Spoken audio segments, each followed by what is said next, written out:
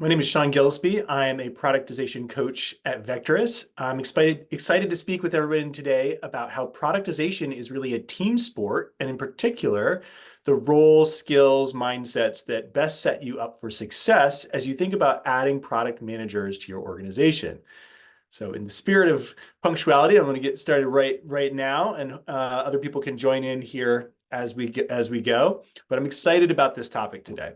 So at Vectorus, we help B2B professional services organizations really build product innovation capabilities. We've written 2 books, Productize and Fearless, that help guide you through the productization pathway. And there's actually a 3rd book on the way soon here called Launch Boldly that's going to be released this year.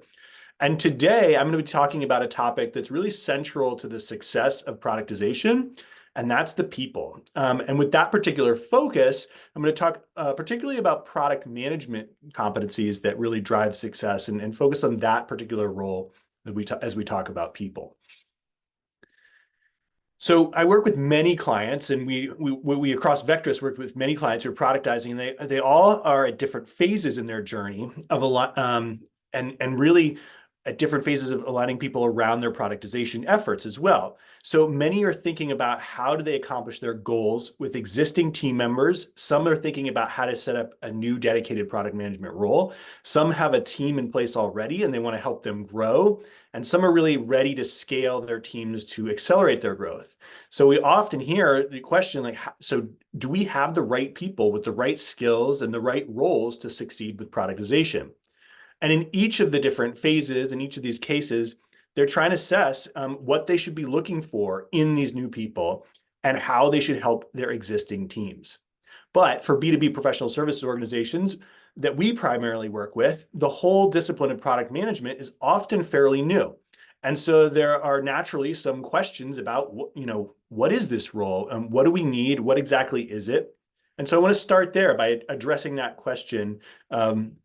First, though, I want to talk about what's the value. Why do we even need this role in the first place? And so we've actually recently gotten some really interesting data back from our benchmarking survey. And we observed that B2B professional services organizations that have exceeded their productization goals are much more likely to have dedicated product managers in place. And so as you can see from our data, those successful companies are 1.6 times more likely to have at least one dedicated PM, and they're twice as likely to generate revenue with less than a year. And so this should really make sense because a good product manager is there to drive business outcomes that your organization is looking to achieve. They do this by creating focus and speed in delivering valuable offerings to customers that also work for the business. But unfortunately, in B2B professional services organizations, the whole discipline is fairly new, so there's still some widespread misconceptions. So let's talk about some of those. Many organizations are asking, what exactly is a product manager? We hear a lot of things, starting over on the left in terms of, is this somebody that just documents what sales and ops says we should build and give that to developers? No, the role is more than that. Is this the same as a product owner who manages a feature backlog? Well, I hear this is pretty confusing because that title sounds like they have ownership, but traditionally product owners and the industry are really just managing this feature backlog. And again, the role is more than that. They're done once the product is launched. No, they have to drive to the actual outcome. You mean project manager? This is one of the most common. Well, project management is part of it, but again, it's more about driving to a business outcome. Product managers are the CEOs of the product. Well, there's really only one CEO, and product managers often don't have formal authority over people, but they do have to work really cross-functionally. Product managers will come up with all the brilliant ideas. Again, product manager really needs to be a team sport. They manage agile development and they're scrum masters. Again, they do a lot more than that. They're driving to business outcomes. And they're product marketers who just provide sales enablement. They are actually responsible for the whole life cycle. So all of these things have kernels of some things that product managers do, but are generally the wrong way to think about product management. So what is the right way to think about product management?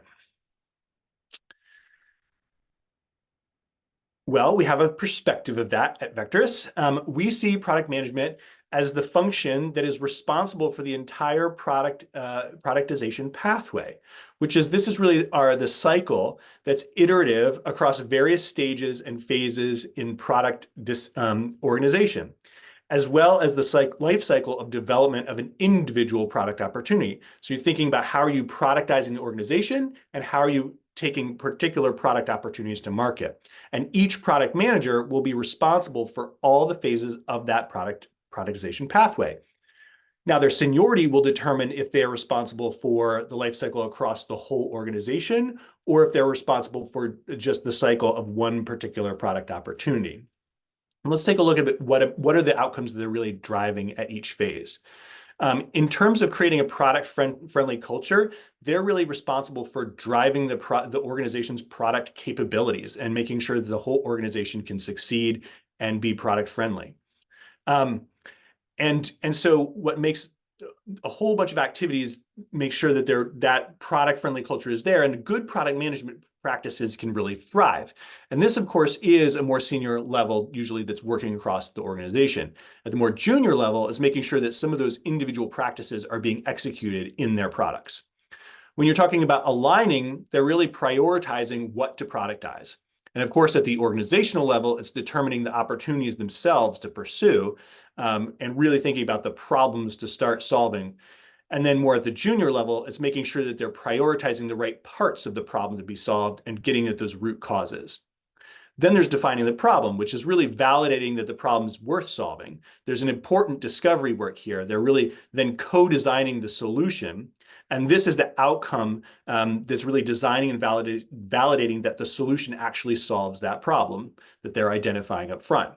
For development, test, and iterate is really making sure that they're delivering value through co-creation, both internally and with customers externally. And then there's launching boldly and making sure that they're capturing the value with the right go-to-market strategy. Importantly, each of these activities don't just start at this activity, especially launch boldly, isn't just at the end. You should be thinking about them from the beginning as well. And so these things are a cycle and flow iteratively as you go through. And then there's manage and iterate, which is making sure that you're continuously improving to deliver on business outcomes.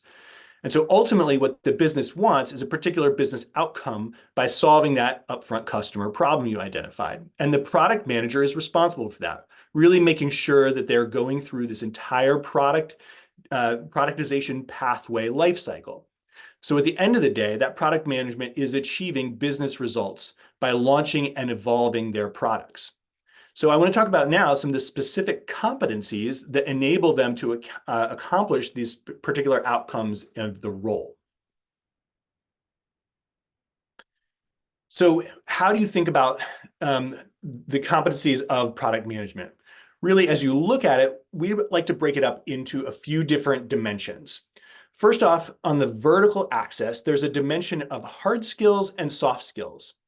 And then on the horizontal axis, there's a dimension of generalized versus specific product management skills. So as you think about the generalized skills to the left, these are applicable at any company, anywhere, should be anywhere across organizations, wherever they are. On the right, the context-specific skills are things that are particularly relevant in your specific business. Now at the top, you see the hard skills. These are more the skills of the craft and things that are more tactical that you can learn. And then the soft skills are the mindset, the approaches that you're starting with in your job as you think about things. So now as the top left, you think of the craft of product management.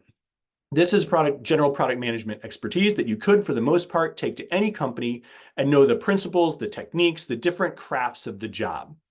On the right side, you have domain expertise of a particular business and understanding exactly how that specific industry works, the business itself, the culture, how the customers work, current solutions, assets. So really a thorough understanding of that business. Now, on the bottom left, you have product mindset. And this is important no matter what organization you go to be successful as a product manager. You have to be able to think in these key product principles and the key ways to approach the job of product management. In particular, we'll go into some of these in particular, but they're things like a discovery mindset, speed, abundance mindset, collaboration. And these are the things that are the fabric of how you approach the job. Often they're new ways of thinking for people who haven't been in product management roles prior. And as those are important soft skills. Now on the right, there's something that we call a chaos pilot. And really, these are core collaboration skills. These are core change management skills. And this is something that is domain specific because you have to be able to understand how to navigate the culture of that business to impact the change that you want to make as you transform it and productize. And those are some really difficult things. So often for people who are especially coming in externally, it's not to say that they can't, but they will need guidance on how to navigate the culture of that organization and that particular domain. And then on the left, there are those important hard skills or those important product skills, product experience skills that would be needed to be learned for somebody who didn't have that prior as well. So these are the main dimensions that we look at in terms of assessing the competencies of product managers. And as you look at it, maybe that seems like a lot. And it's important to balance across these things, but can any one person really do all these things? And so what we say is in reality, it is extremely hard to find one person who is highly strong in all these areas.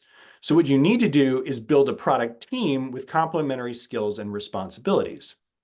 And there are, to make matters even more complex, there are important roles outside just core product management that are also highly impactful as you think about productization.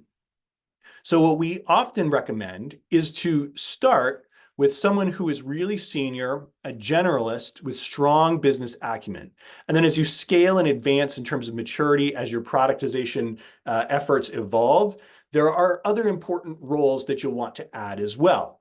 Now, some of these things can be covered by a generalist to begin with.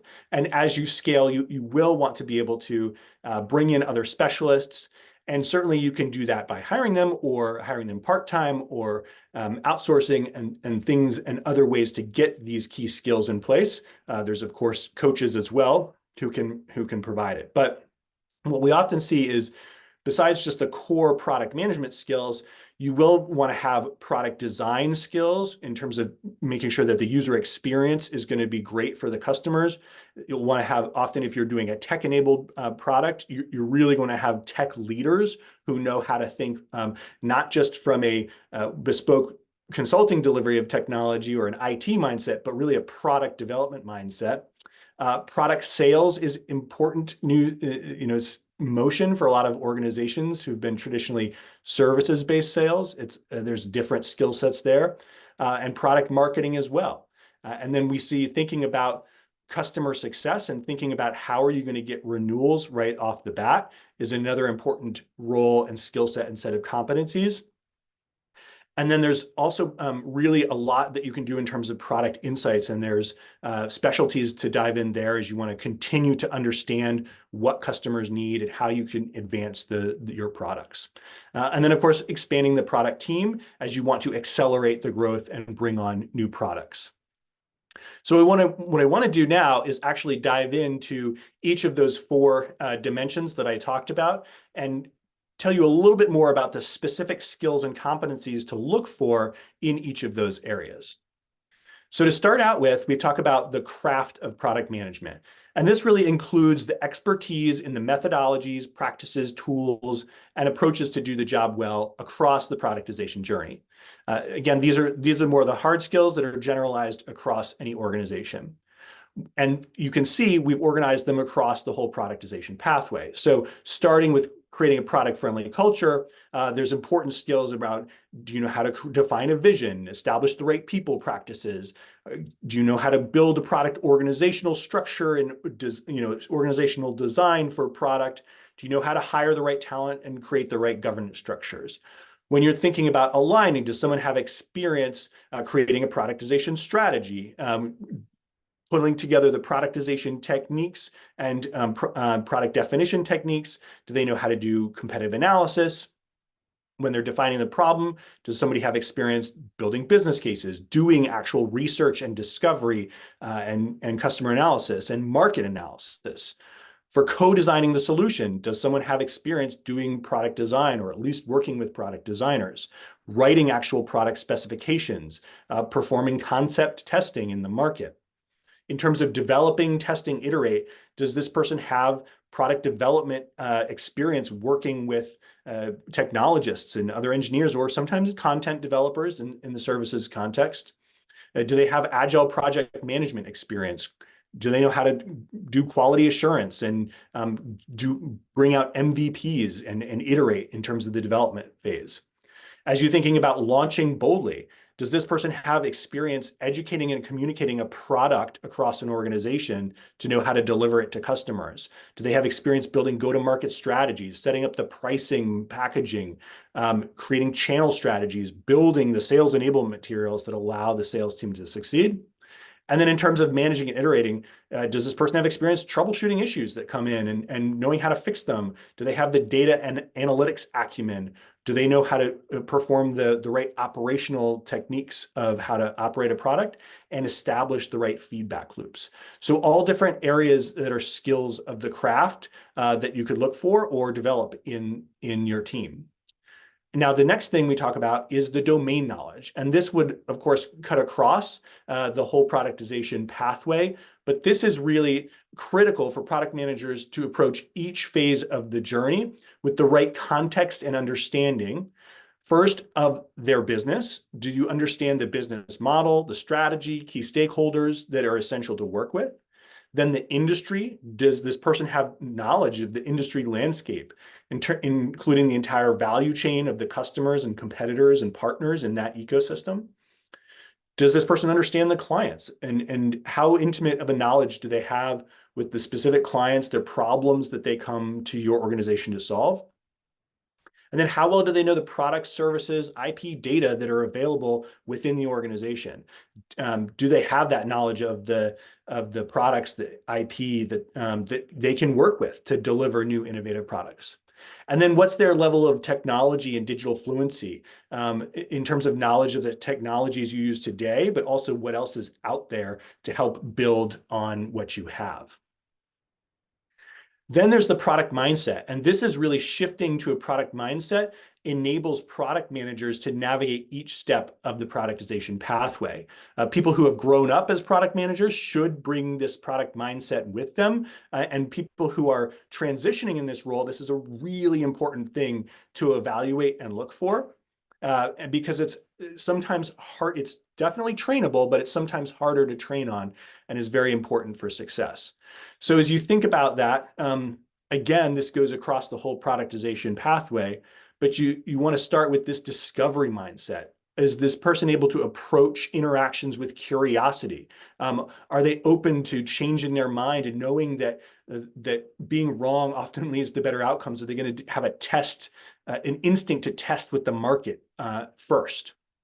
In terms of speed, this person believes that testing ideas before iterating creates the best work. Are they comfortable in the knowledge that customers will accept less polished work? And this is sometimes really hard for people who are transitioning from professional services roles where they have to be very customer centric and very perfectionist to make sure that's a high quality deliverable every time. Are they able to be open to discovering, to going quickly? Are they able to have an abundance thinking mindset? So believing that more resources can be found, and that if they see an opportunity that they'll be able to capture that market and invest there and not worry about cannibalizing what the existing services may be. There's an important resilience mindset in terms of, can they persist in the face of setbacks? There will be obstacles and setbacks as you are productizing, and there will be a need to iterate. You're not going to get it right the very first time. And so are they willing to take some calculated risks to not get too attached to a specific solution? And then finally, are they comfortable using some intuition, making decisions with less than perfect information, or being able to succeed in ambiguity when the process hasn't been defined yet? Then the final piece is really this chaos pilot, and this is kind of central to the core of Vectrus's even name. Vecteris is being able to really navigate through chaos. And so is this person able to create simplicity and order from more ambiguous situations? And can they create take something from complex and make it simple? So are you able to navigate the fears of the organization to create clarity in the face of that ambiguity? Can you create simplicity in the complex situations? Can you create structure when there is none? And be able to give people that first step. The next piece that's really important to be able to do that is collaboration. It's important to have this improved performance by working across the teams. Great product managers are never going to deliver anything alone. So they really have to be able to collaborate and work across their organization, but be able to drive that effectively. And part of that is being a master communicator. Are they able to tell stories to really help the organizations and customers understand the vision? And then finally, this change agent aspect. Are they able to really influence positive and lasting change in the organization? And so really often being able to practice co-creation as a key component of that by creating accomplices and then being able to actually deliver, iterative proven outcomes. So this chaos pilot is really one of the hardest aspects of the role. And we actually see a number of situations where as you look across the different roles and people thinking about bringing in the product management, they know they need the new mindset, they know they need the skills. And so often B2B services organizations, we've seen a couple of cases where they'll bring in some great product talent from tech native organizations. And where those tech native folks kind of hit a wall is they don't realize the level of change and the level of basically being able to be this chaos pilot and how difficult that is to help an organization that's never done that before and doesn't start with that product mindset to be able to see the light, to be able to learn these new practices and to bring organizations along. And so people who aren't ready for that will often miss some of the key steps there that are important to be successful. So what we often see is organizations trying to make this key decision of, as they're building this team, do they hire externally or they hire internally? And so there's really challenges either way and benefits either way. So when you're thinking about an external hire, does this person often has previous product experience, potentially in software as a service or other digital products. They're hopefully, they should already have that product mindset and be able to bring fresh perspectives and new ways of innovating for the business. And really should have experience building product teams, building product processes that can help the organization scale and be successful. Now, on the flip side, they're often hard to attract and retain. Recently, more of these folks have become available with some of the layoffs across the technology organizations. But they can be hard to attract into a non-tech native company. They are often new to the nuances of a services business. So like I said, they can be unfamiliar with really all the different pieces of the domain knowledge that are necessary to understand how to navigate that organization. And they may be unfamiliar with how to integrate products and services together. And if they're not used to an environment where there are other services that maybe need to be bundled together or complementary, and they're just thinking only from the product perspective, there can be challenges there. From an internal hire, there's some great positives in terms of they're familiar with the political landscape. They're going to have strong domain knowledge of the industry, the customers, and the company, and they're going to be a known quantity to the organization and to the leaders who are putting them into that role. In terms of the challenges that they may face, they will, in many cases, not have product or technical experience, and they may not have the product mindset. And that's something important to look for. It doesn't necessarily mean they don't have it, but you will be able to see in some of the roles that they've had, are they able to think systematically from a market perspective, from really a discovery perspective, And will they be able to take on that mindset as they transition from the role they had into this product role? And then for some folks, because they've been in the business so long, they lack that fresh perspective. So it may be hard to drive innovation beyond current approaches.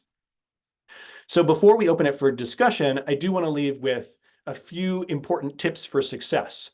So one of the things that I've often seen is when organizations hire a product manager, that if you don't hire somebody senior enough, they can struggle, because this is a role that requires a lot of change, and it requires managing through influence and really understanding a lot of different aspects of the business. As you've seen, there's really a broad purview across a lot of, from the whole start to finish of a productization lifecycle.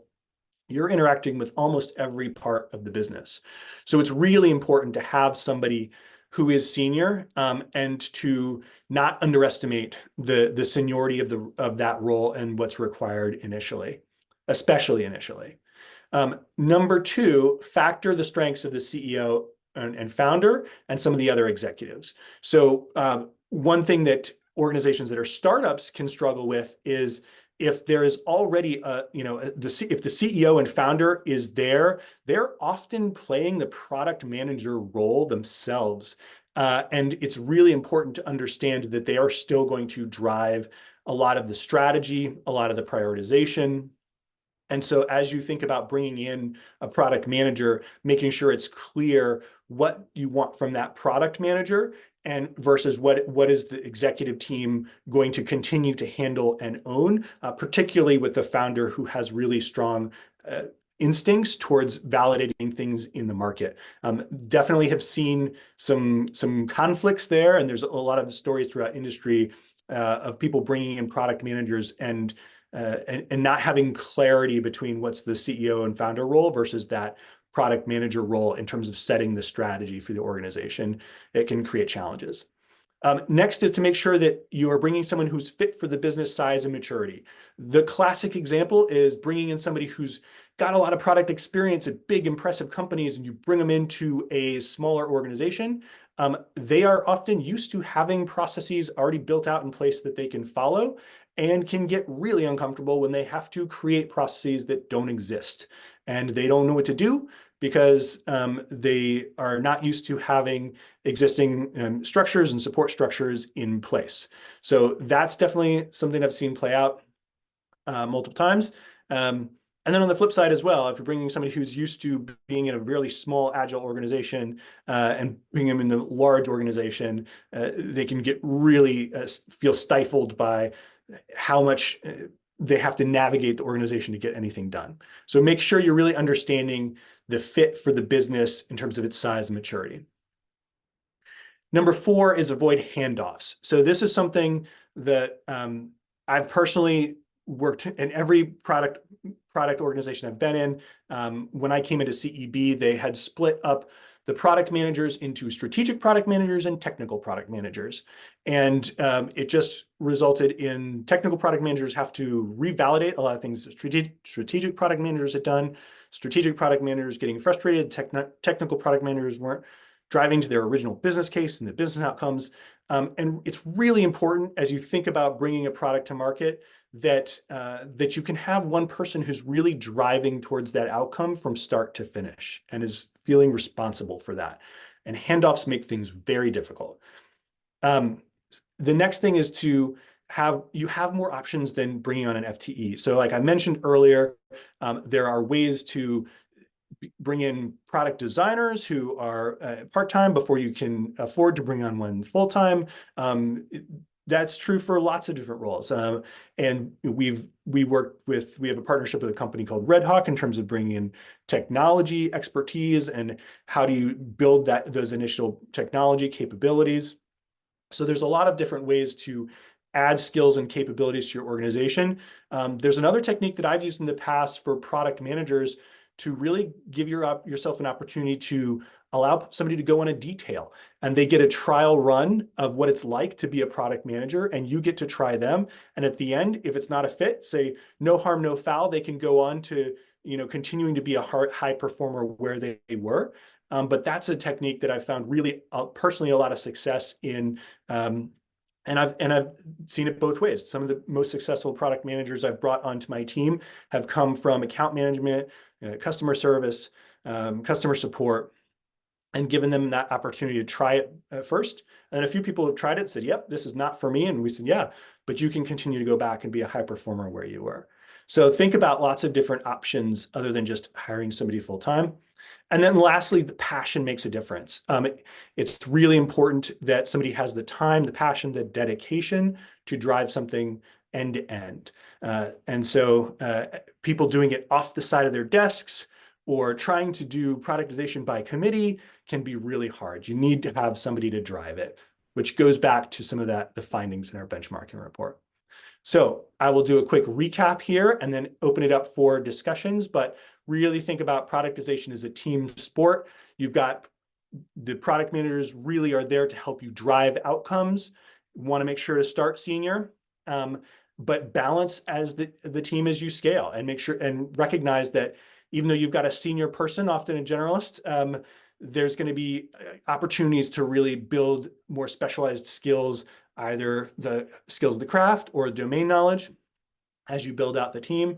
And really look for that product mindset when building the team, someone who's going to be able to not just think about from a very customer specific way, but be able to think about that at scale across the market, and somebody who you really think can be a change agent to be able to successfully lead new products to market and deliver the business outcomes that your organization is looking for.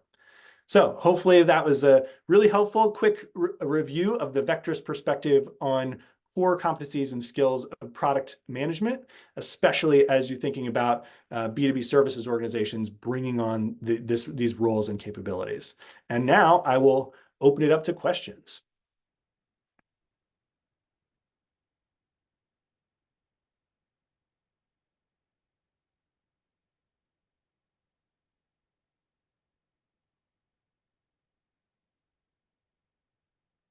All right, so the first question is, when I say FTE, is that 100% of their time?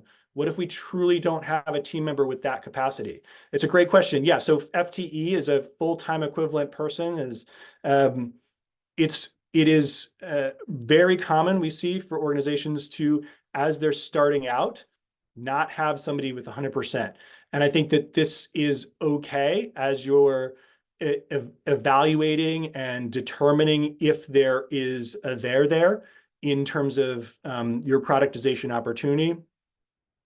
But as you validate it and you say, yeah, there really is an opportunity here, if you want to be able to move with speed, if you want to be able to really drive to the desired revenue outcomes, margin outcomes, it's really hard for people to do things off the side of their desk, especially if they've got client obligations.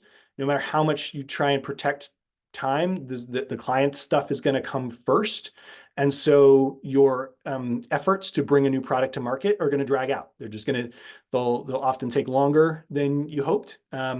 So certainly in the early stages, as you're investigating opportunities, I've seen organizations, many organizations be successful without necessarily having somebody fully dedicated. And there's ways you can, to mitigate that and certainly outsource some support and bring on other,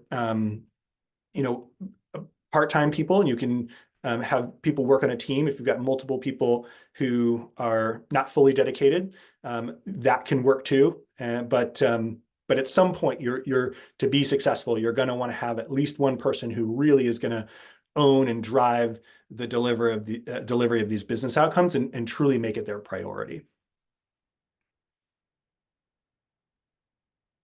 Great question, though. What other questions are there?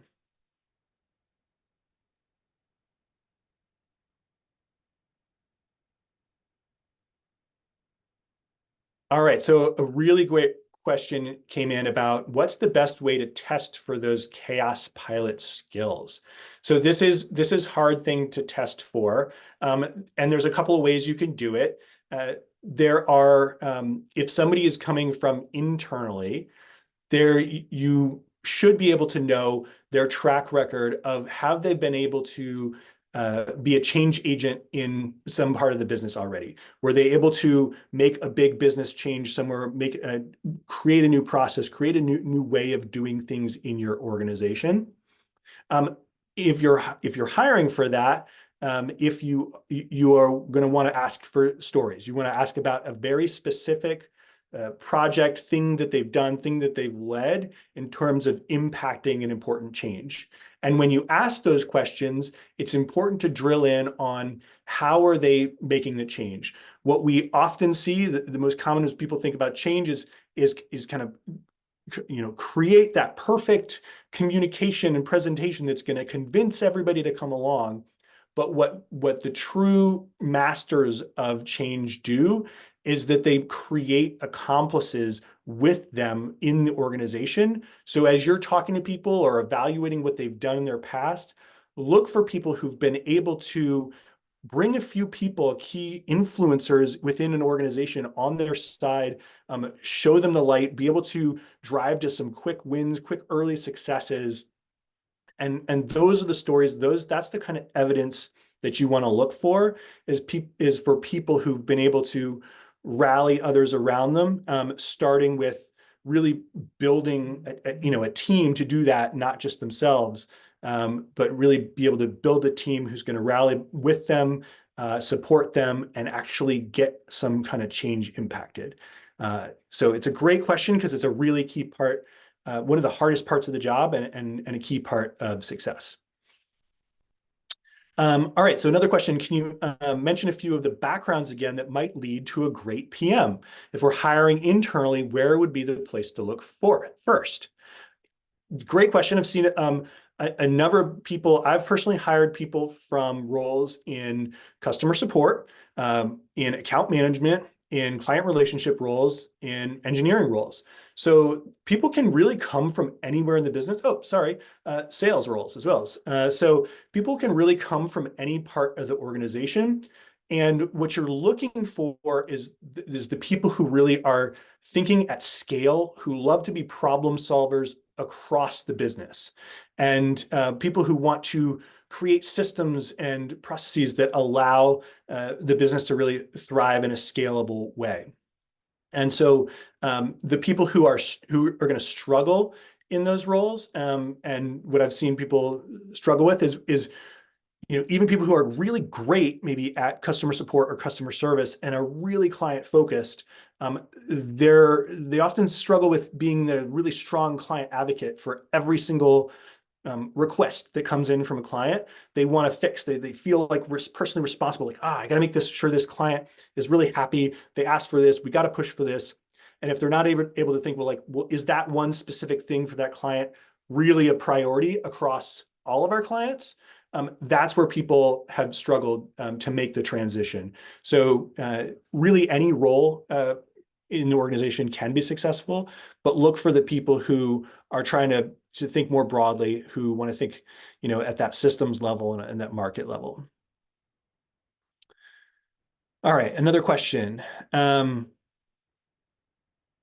Any advice on how to identify the right person in that first PM hire? And so I think that piggybacks off it. But as you think about that first PM hire, this is somebody who is going to need to be fairly senior in the organization. And I think I've seen too often people underestimate the level of seniority needed in this first product hire role.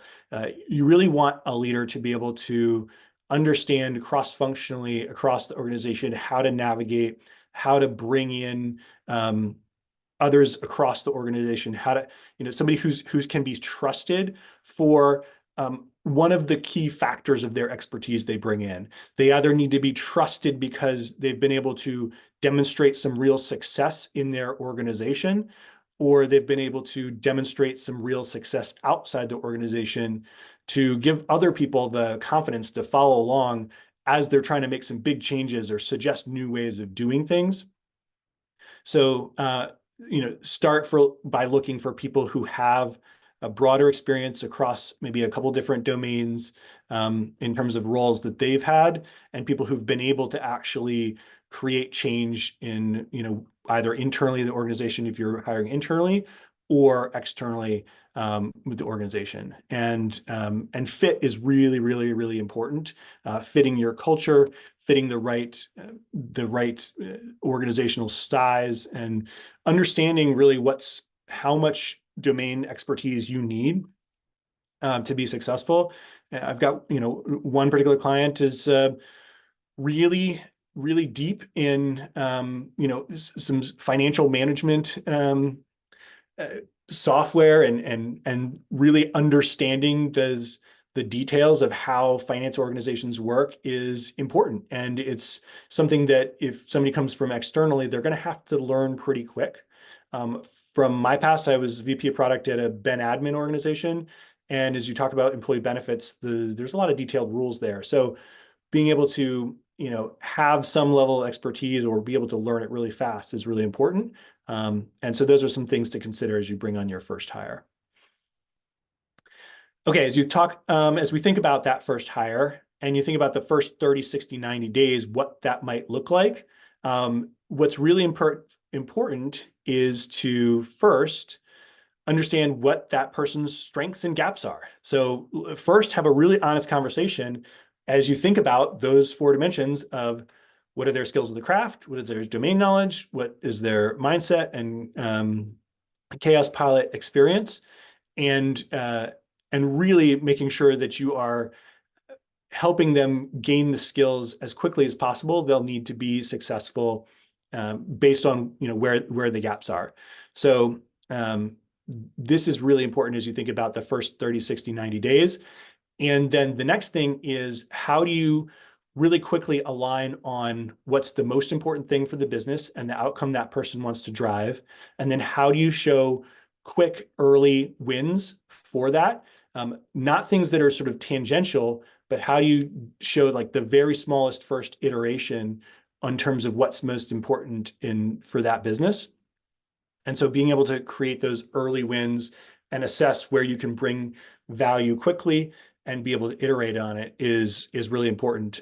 So really throwing people in as quickly as possible towards that core work in the first few months is often sets them up for great success. And something that I see people underestimating is how valuable it is to make sure that that person is talking directly to customers in their first 30 days. So product manager, again, it should be a senior person. If you aren't comfortable putting them in front of customers within the first 30 days, then maybe double check if that person is the right level of seniority. Because to be successful in that role, that is super critical, whether it's they're picking up phone calls for support, if they're shadowing sales calls, if they're going out and doing customer research, getting them early reps, talking to direct customers is probably the best and most important thing you can do for customer success. For success of that person's onboarding as a product manager.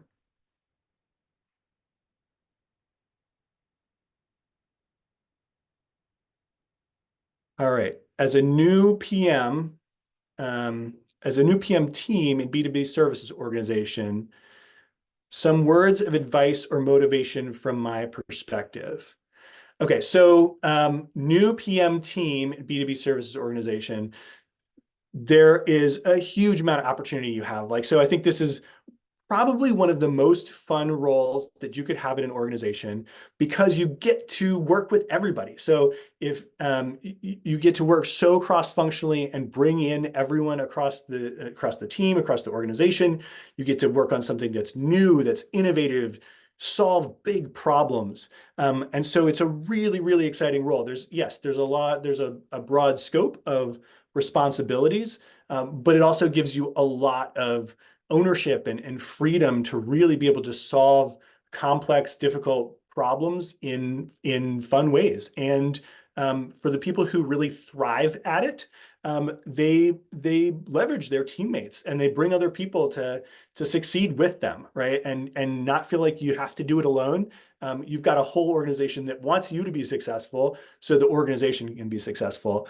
And for the people who really thrive in this role, they they embrace that mindset, that understanding that that they're doing it together. This really is truly a team sport. It's most fun as a team sport. It's most successful as a team sport. And to bring your passion, and other people will pick up on that passion and energize the whole organization to really achieve some cool things. So that's where I would lead, but that's where I'd wrap up in terms of the advice or motivation for that new B2B services organization, new PM team there. Have fun with it. Well, great. Well, thank you everyone for joining. Great questions. Hope you all found this really valuable, and please reach out for more questions, and I'd love to continue the conversation with anybody who's interested.